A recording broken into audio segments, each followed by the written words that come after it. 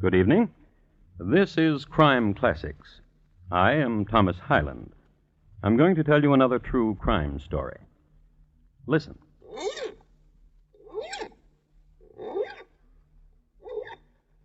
The sound you hear is that of a man having his right-hand hook filed. It's Saturday night in London town, and he wants to be gleaming and presentable. The year is 1739, when a well-sharpened hook in London town was considered prudent. And Captain Rat, that's R-A-T-T, besides being a drunkard, a scoundrel, and a smuggler, was a prudent man. The young man handling the file is named Charles Drew, Jr., and he is performing this intimate little ironmongery because he needs a favor done. Captain Rat can help him out. He can supply the youngster with an alibi, and Junior badly needs one, for he has just shot his father dead.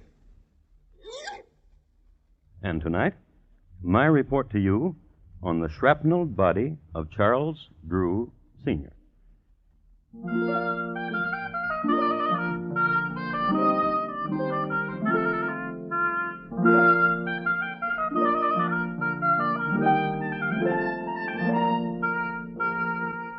Crime Classics, a new series of true crime stories taken from the records and newspapers of every land, from every time. Your host each week, Mr. Thomas Hyland, connoisseur of crime, student of violence, and teller of murders. Now, once again, Mr. Thomas Hyland.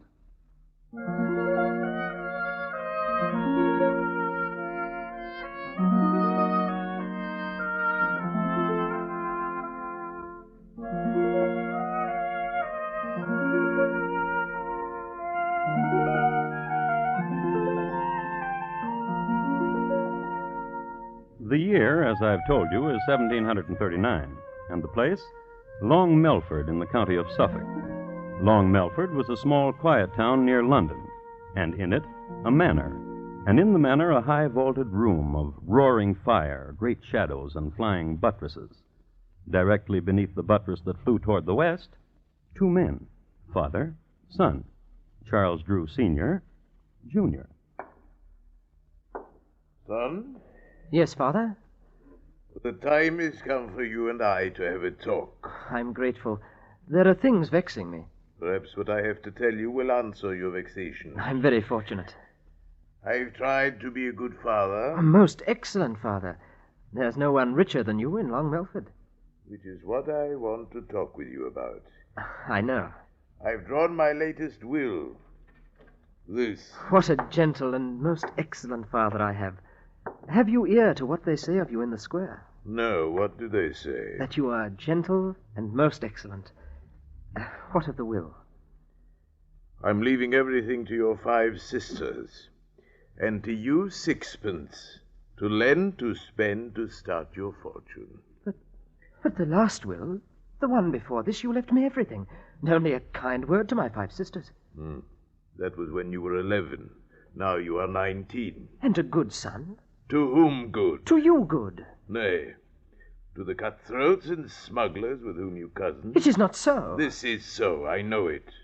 You consort with people of ill fame, and also with Mr. Richardson's housekeeper.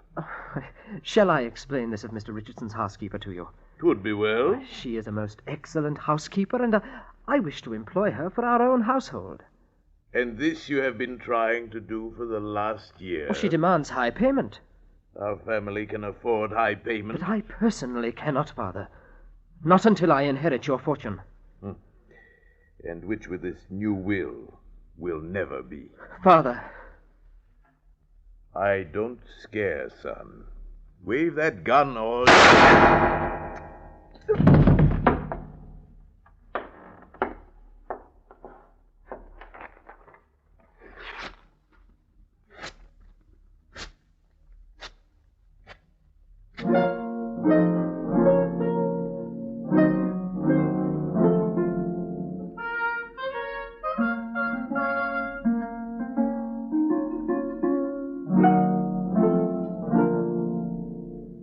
A smattering of intelligence concerning 1739 ballistics.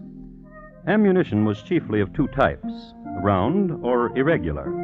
The former was manufactured by dropping chunks of molten lead from a great height, and when it reached the vat of water at the bottom of flight, it was round, due to centrifugal forces and gravity. Among men who puttered with this sort of thing, round shot was considered pretty fancy. Mostly, guns were loaded in this era by whatever iron junk was to hand.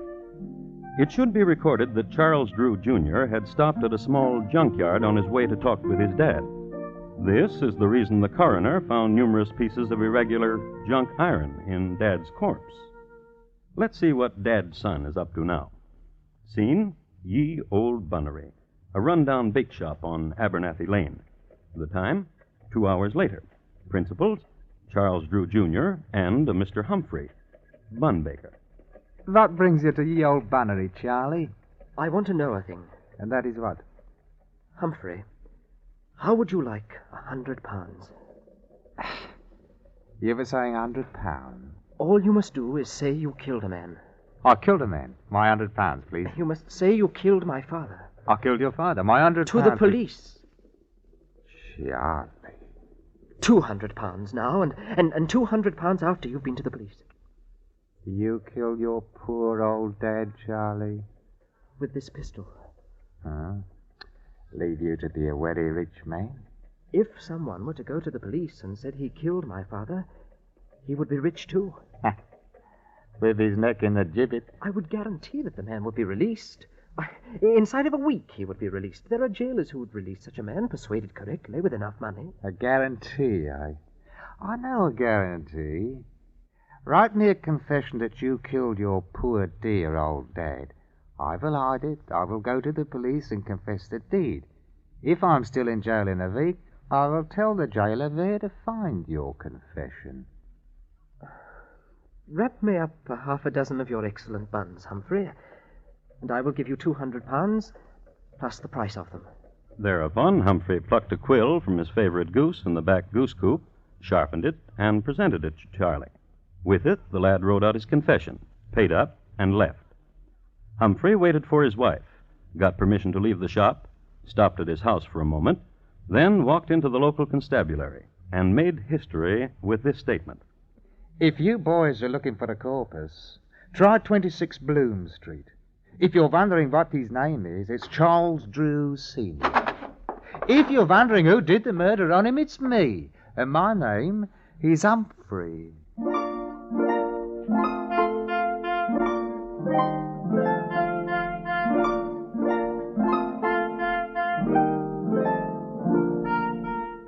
The police, upon arriving at the appropriate room at 26 Bloom Street, understood immediately that foul play had been done. One of the constables was assigned to look in on the household of Mr. Humphrey, and there saw the Humphrey children at play at Thistle-de-doo, a game usually played with marbles, but by the Humphrey children played with pieces of iron junk, which latter were of a size that could easily be rammed down the muzzle of a gun. The gun was there, too, under a pillow on Mr. Humphrey's side of the bed. Mrs. Humphrey, who in the meanwhile had returned home, shook her head philosophically when apprised of the situation. It is recorded that Mrs. Humphrey's parents had both been put away as confirmed smugglers, a felony against the Crown. The next day, in jail... Nice of you to visit me, Charlie. Yes. What news do you bring? When am I to be released? I went to see Sir Roger Firebrace. Oh, how is Sir Roger? Dead. 'Tis a pity, too, for he would have gotten your release in an ounce for a few £100. Don't forget, laddie, I've got your confession. You've got till Sunday.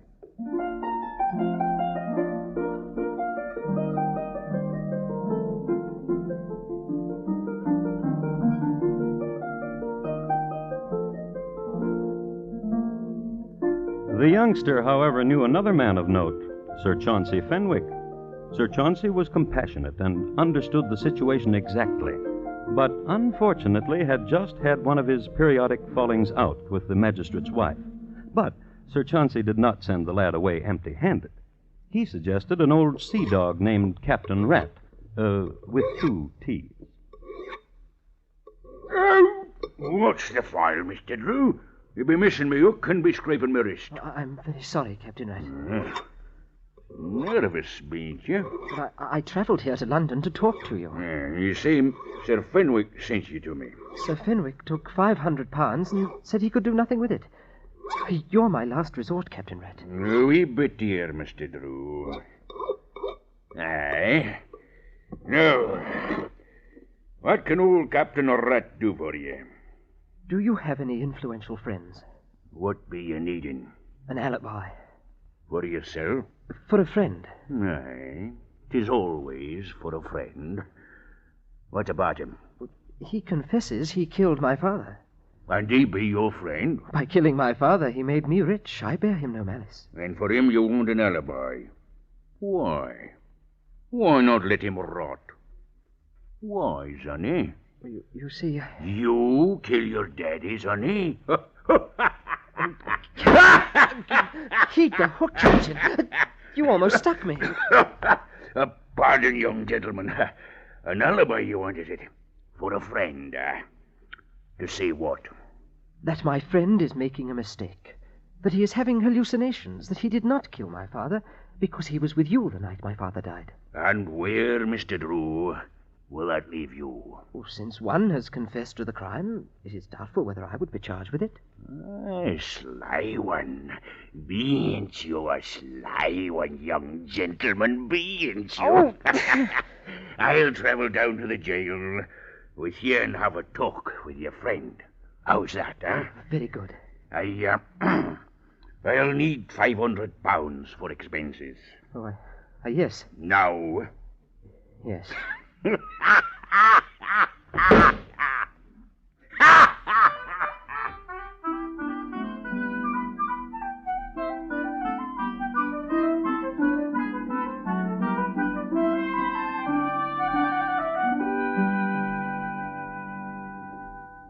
It is wasting a Saturday night and all, coming down here to the dungeon speaking to you, Mr. Humphrey.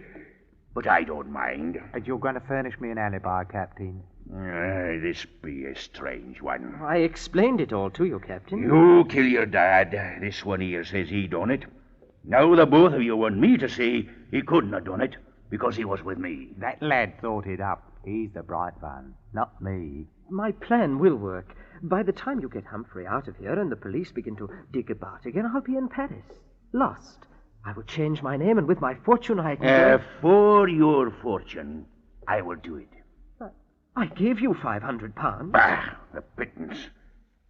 Your fortune, Mr. Drew. Except what he's promised to me. What about it, lad?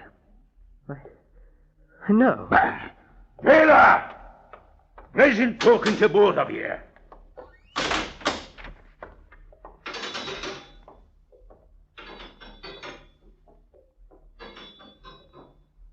It's Saturday night, Charlie. What will you do? It's Saturday night, Charlie. I've got your confession hidden away. And tomorrow's Sunday. What will you do?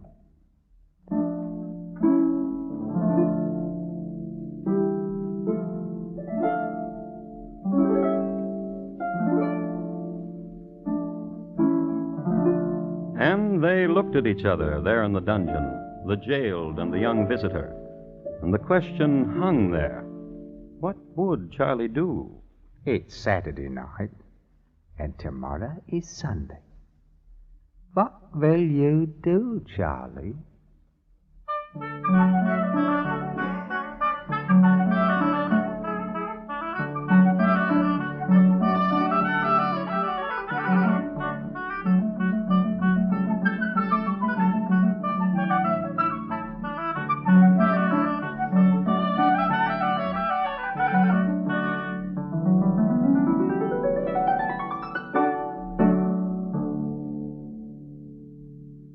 You are listening to Crime Classics and your host, Thomas Hyland. Tomorrow night, hear the premiere performance of 21st Precinct, a new hard-hitting mystery series revealing the inner workings of the world's largest police force. Precinct, produced by CBS radio team that gave you Gangbusters. It's a program you'll want to listen for every Tuesday night on most of these same stations. Premiere performance tomorrow night on CBS Radio.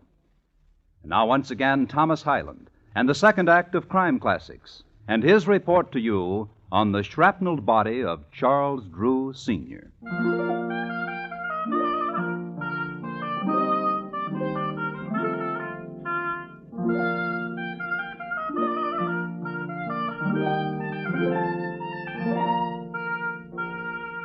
It's a short, dusty road from Long Milford to London. Not only that, but these days it's hard to find. In its day, however, it was remarkable for two things. The brothers shoe spooner, Dick and Harry, who embarked on a career of highwaymanship on the morn of June 3, 1735, were hung on the eve of that same day from the highest branch of an elm at a fork on Long Milford Road. The other historic feature of Long Milford Road is the fact that on a Sunday morning, a young murderer, Charles Drew, Jr., and his lady love rode a coach down its ruts. Oh, he's a ranting, roving lad. He is a brisk and a bonny lad. Betide what may, I will be wed and follow the boy with the white cockade. Liz. What is it, dearie? Shut up. Everyone's singing that song, dearie. It's the rage. Please, shut up. Oh, Duck, what's the matter? You're the cause of it all. Of what, old Duck? My killing my father. You wanted a way to have all his money? I told you a way to do, that's all. Yes. Oh, Duck, dearie. You'll see when we get to London what a time I'll show you. Make you forget. Since I've killed him, I've done everything wrong. Will you listen to Liz again? Will you? Surely I'll listen, Poodle. Oh, Duck. Monkey. When you listen to Liz. Surely. When we get to London, we change your name, and you forget about Humphrey. But if I don't get him out of jail tonight, he'll show the police my confession. But you'll be in London. Start forgetting about him right now. All right.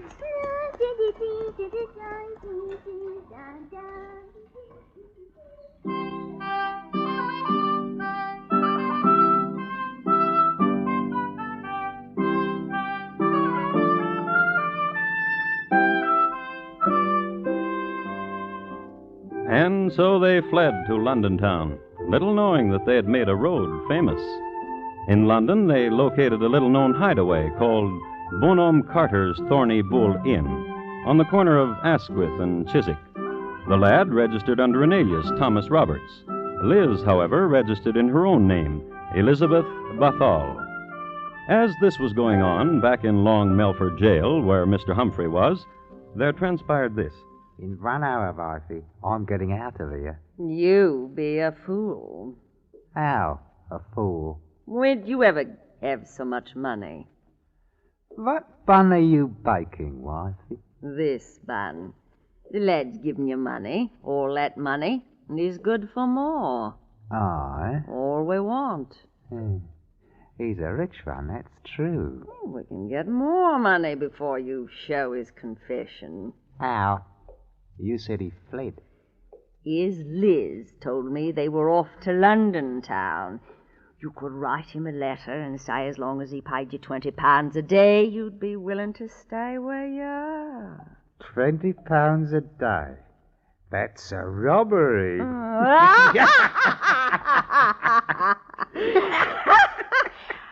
I will go to London and find Master Drew and present him with the letter. How will you find him?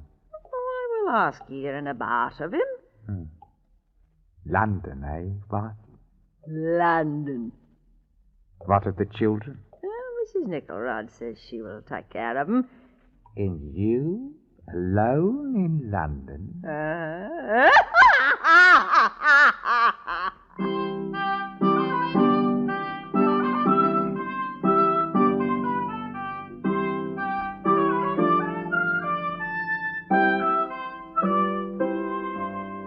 So Mrs. Humphrey went to London.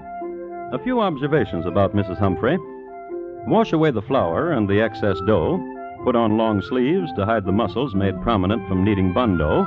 Comb the hair, exchange shoes for boots, and Gertrude Humphrey was rather presentable. When she went to London, Mrs. Humphrey did all of these things, plus making a mental note not to laugh too much, not only because of the horrible sound she made, but also because of the mischievous twitch it brought on, which she could not control. So, Off she went to this place, to that, to this pub, to that, asking for a Mr. Drew. I should like to comment here that in 1739 the gin was of an excellent Holland distillation. However, its chemistry had a peculiar reaction with Gertrude Humphrey. Though she fought it, and though she laughed not at the most hilarious joke, including the historically famous one about Lady Mumbly and the Troubadour, the gin caused her to twitch mischievously. This attracted to her London dandies, who plied her with more Holland gin, and who promised her help in finding Mr. Drew, and who never did. But Gertrude never lost sight of her mission, and one night in a pub in Covent Garden... Mister. What's your pleasure, dearie? Well, now, dearie. I want a gin. Gin for the lady. What's your name, dearie? Gertie. Gertie. Aye. Here's your gin, Gertie. Drink up. Well, now, dearie. Is your name Drew? Is that what you want my name to be? I'm looking for Mr. Drew. Mr. Drew! Is there a Mr. Drew? Yes. Oh, now, Gertie. I'm the one who's bought you the gin. Yes. My name is Drew. You ain't the Drew I'm looking for. Oh, now, why do you say that? Here now, lad. I'm the fellow who's bought her the gin. Here's a guinea, my lad. Find another lady who likes gin. Oh, I will, that governor. Thank you. Bye, Gertie. Oh, now, why do you weep, pretty one? You're so beautiful. Always crying beautiful things. Gin for the lady. Now, stop that weeping. Here's your gin. I say, mischievous wink you have. Is that truly your name? Truly, Ladybird, it is. Ladybird. And you were looking for me? Ladybird. Well, my name is Drew, and you shouted for Mr. Drew. So beautiful you are. What do you want of me? I've a letter for a man named Drew. Really? Oh, I want you to have it. I really do. Then give it to me. You must turn your back now. Right you are. Yeah. Oh, you want a conniver, you are.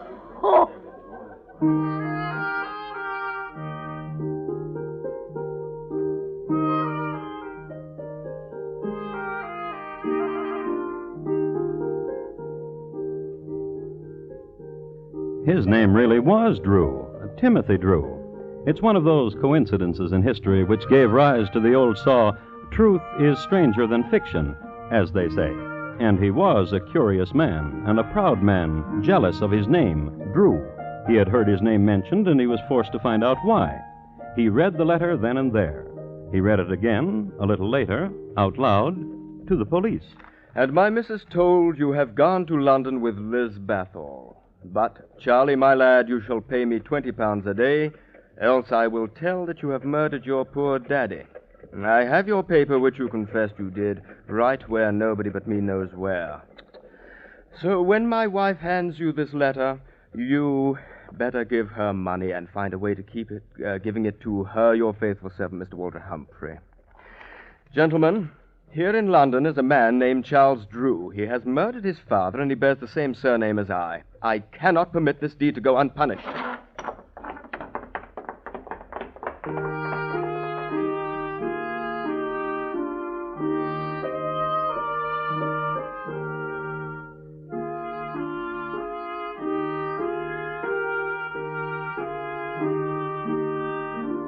Even in 1739, the London police were thorough, and, goaded by the enormity of the crime and spurred and accompanied by a man whose name had been besmirched, they combed the alleys, hostelries, pubs, dens. It was late on a moist Thursday morning when Timothy Drew happened into Bonhomme Carter's Thorny Bull Inn on the corner of Asquith and Chiswick. Bonhomme Carter denied the presence of a Mr. Charles Drew, but affirmed that a Liz Bathall was most certainly a guest there. He directed Timothy to Liz's chambers. Who is it? Open the door. No games, dear. It's too early. Who is it? A representative of the police. Why didn't you say? May I come in? If you be the police, you can do anything, ain't that so? Thank you. I ain't done nothing. Is your name Elizabeth Bathall? It is. Do you know a man named Charles Drew? What's he look like? I don't know. Then how can I tell if I know him? Here. What sort do you take me for? There's no one in me closets.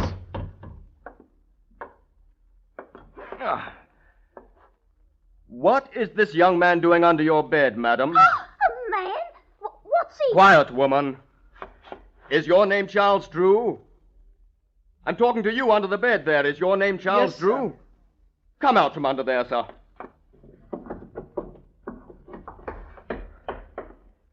That's right, sir.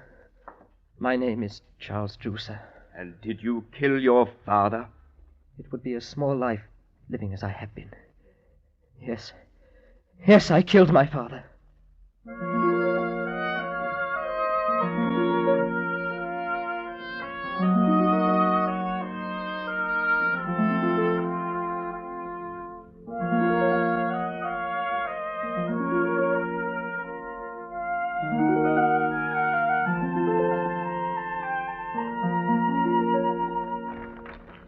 I have the original issue of a Gazette dated January 22nd, 1740, from which I'd like to read. The melancholy proof that when a man has abandoned all religious principles and has suffered his depraved appetites and passions to govern his reason was shown yesterday when Charles Drew, Jr. was hanged in Long Milford. Since the hanging elm on Long Milford Road had recently been demolished to make a keel for the British Navy, a new gibbet was erected. This gibbet was equipped with a new mechanical device invented by Mr. Douglas Langford of Eastbourne. Mr. Langford is to be congratulated.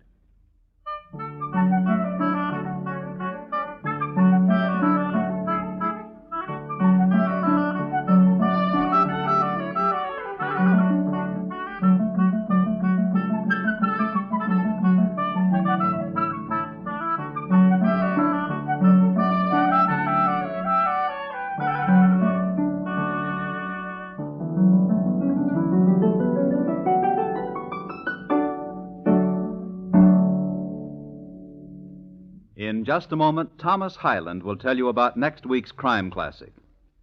The shrapnel body of Charles Drew, Sr., tonight's crime classic, was adapted from the original court reports and newspaper accounts by Morton Fine and David Friedkin. The music was adapted from themes of the period and conducted by Bernard Herrmann, and the program is produced and directed by Elliott Lewis. Thomas Hyland is portrayed on radio by Lou Merrill. Charles Drew, Jr. was played by Terry Kilburn, and Liz by Betty Harford.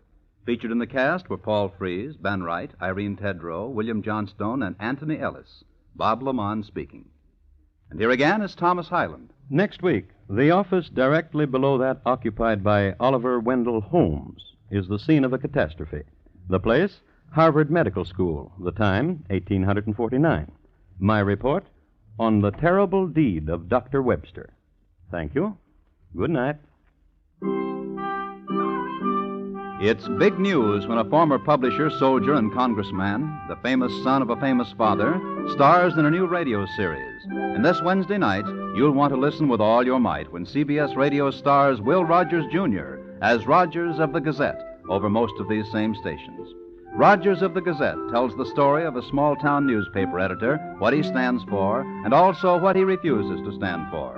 Premiere performance this Wednesday on CBS Radio. Stay tuned now for Gary Moore with Arthur Godfrey's Talent Scouts, which follows immediately over most of these same stations. And remember, America now listens to 110 million radio sets and listens most to the CBS Radio Network.